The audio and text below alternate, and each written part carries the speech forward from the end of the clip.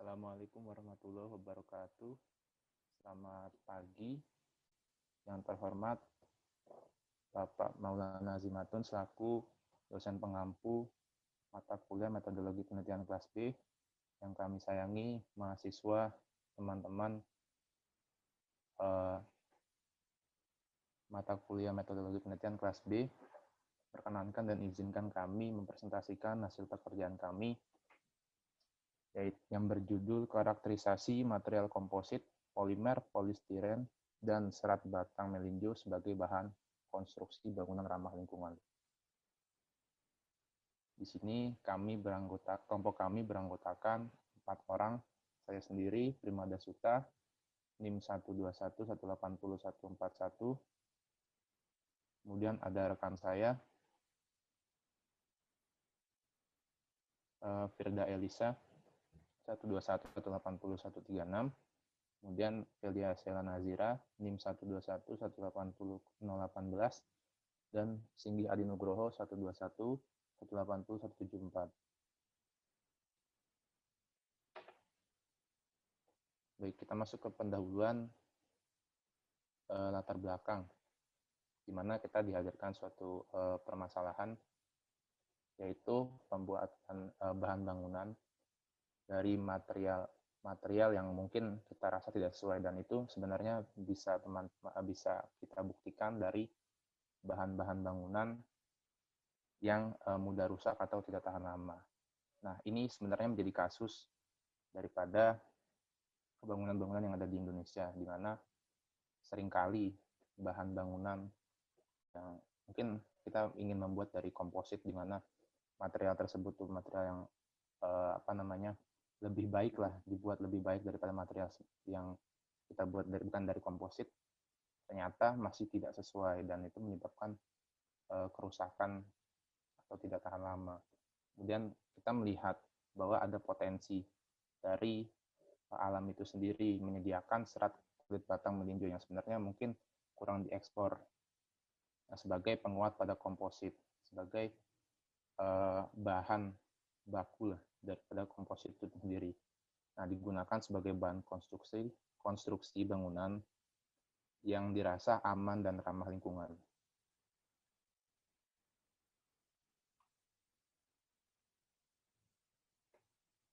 Kemudian kita masuk ke rumusan masalah. Yang pertama yaitu bagaimana pengaruh kombinasi serat batang melinjo pada komposit polimer polistiren terhadap ketangguhan impact. Yang kedua, bagaimana rasio perbandingan serat batang melinjo dan komposit polimer polistiren yang optimal untuk bahan bangunan. Dan yang ketiga, bagaimana sih kombinasi serat batang melinjo pada komposit polimer polistiren digunakan sebagai bahan bangunan ramah lingkungan.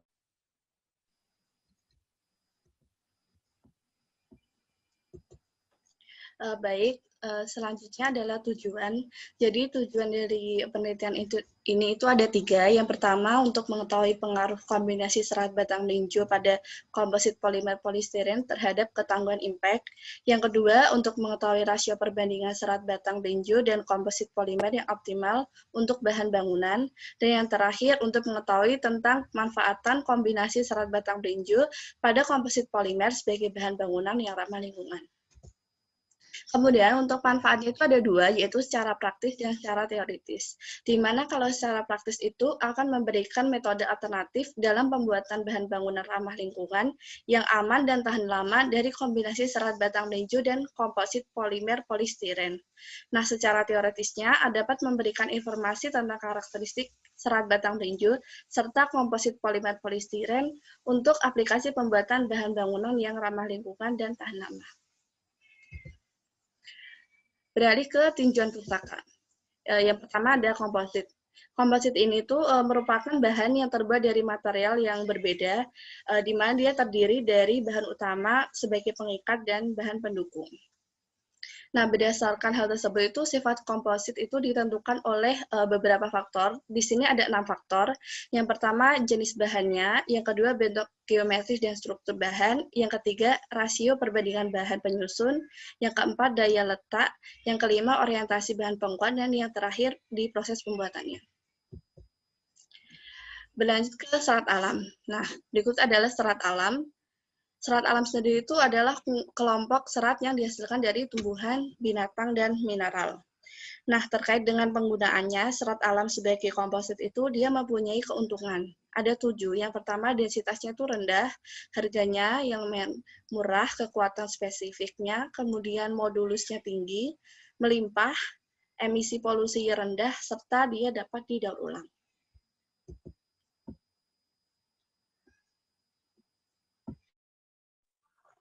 Selanjutnya ada komposisi kimia serat bata melinjo, yaitu yang pertama komponen hemiselulosa sebesar 24,02%, alfa selulosa sebesar 39,3%, lignin sebesar 9,82%, dan ekstraktif benzen sebesar 3,08%.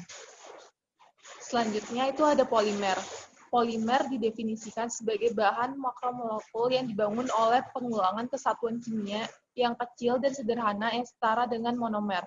Karakteristik utama dari rantai polimer adalah ikatan kimia yang kuat dan arahnya sepanjang rantai, tetapi pada sisinya hanya diikat oleh ikatan lemah van der Waals. Terus yang terakhir itu ada hipotesis penelitian. Terbentuk itu ada 2. Yang pertama, terbentuk kombinasi yang sesuai antara komposit polimer polistiren dengan serat bata melinjo dalam menjadi komponen pembuatan bahan bangunan. Yang kedua, terbentuk bahan bangunan yang lebih kuat, tahan lama, aman, serta ramah lingkungan dalam penggunaannya. Selanjutnya ada metode penelitian. Rancangan penelitian. Di sini ada metode yang digunakan adalah pada penelitian ini adalah menggunakan penelitian eksperimental. Pelaksanaannya menerapkan prinsip-prinsip penelitian laboratorium yang terutama dalam pengontrolan terhadap hal-hal yang mempengaruhi jalannya eksperimen. Metode ini bersifat validation atau menguji, yaitu menguji pengaruh satu atau lebih variabel terhadap variabel lain. Penelitian eksperimental merupakan penelitian laboratorium, walaupun juga bisa dilakukan di luar laboratorium.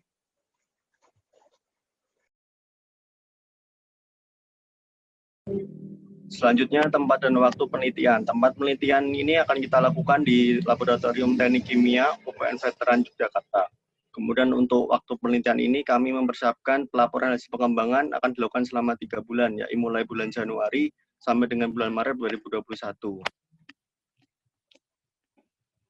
Kemudian alat dan bahan yang digunakan pada penelitian kali ini yaitu alatnya terdiri dari alat uji impact, kemudian ada alat Universal Testing Machine atau UTM tipe TN1CMD Control Lab, kemudian scanning elektron mikroskopi atau SIM, kemudian jangka sorong, kemudian cetakan, kemudian timbangan digital.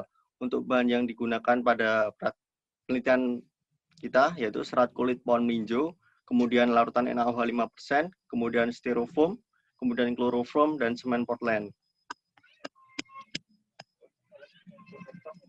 Kemudian variabel penelitian, dalam variabel bebasnya adalah komposisi serat batang melinjo dan komposit polistiren. Dan dalam penelitian ini variabel terikat yang digunakan adalah hasil uji dan kekuatan dari bahan bangunan yang diperoleh. Nah, kemudian prosedur penelitian, yaitu yang pertama ada studi literatur, di mana kita akan mencari literatur untuk penelitian serat melinjo ini sebagai bahan komposit. Kemudian kita akan mempersiapkan alat dan bahan. Kemudian setelah mempersiapkan alat dan bahan adalah persiapan serat melinjo. Nah, persiapan serat melinjo ini kita ambil dari kulit pohon melinjo yang umurnya kurang lebih dari 10 tahun, yaitu 60 cm panjangnya dari tanah.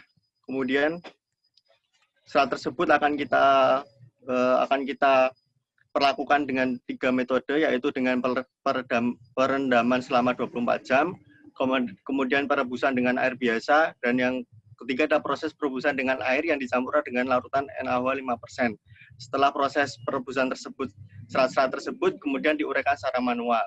Kemudian adalah pencetakan komposit. Pada pencetakan komposit ini, langkah-langkah yang dilakukan adalah styrofoam dicampurkan dengan kloroform dan diaduk pada suhu 45 derajat Celcius selama 2 jam. Kemudian campuran tersebut dilelehkan dan ditambahkan serat melinjo dan akan membentuk sebuah agregat.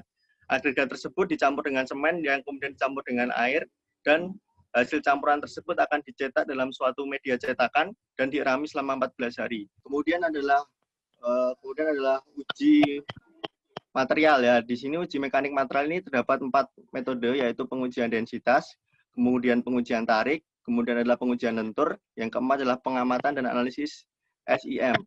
Nah, untuk yang pertama itu pengujian densitas. Densitas atau berat jenis merupakan salah satu sifat fisik dari material yang mampu menjelaskan rasio kekuatan material terhadap berat, di mana merupakan media penguatan pada komposit yang membutuhkan kriteria ringan dan kuat untuk aplikasi teknik. Densitas ini dapat diperoleh dengan persamaan ρ sama dengan massa per volume.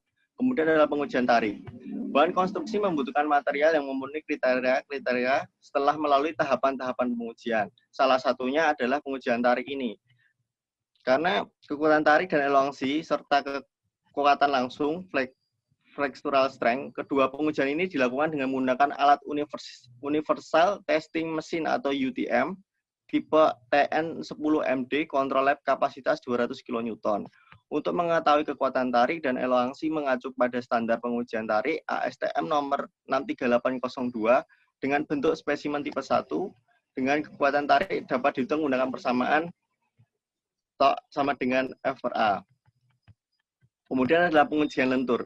Pengujian kekuatan lentur ini mengacu pada standar pengujian lentur ASTM nomor D790/02. Kekuatan lentur dapat dianalisa dengan melakukan pengujian lentur yang mengacu pada teori dan kekuatan lentur balok.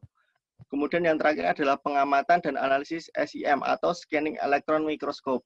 Pengamatan SIM ini dilakukan untuk menganalisis struktur permukaan serat batang melinjo dan hasil patahan dan perilaku kerusakan pada material komposit. Pengujian SIM ini dilakukan di laboratorium menggunakan mesin tipe Geol strip JSM nomor 65110 LV. Nah, mungkin sekian presentasi dari kelompok kami. Apabila ada yang ditanyakan, silakan berkomentar di bawah. Mungkin kurang lebihnya mohon maaf. Terima kasih. Wassalamualaikum warahmatullahi wabarakatuh.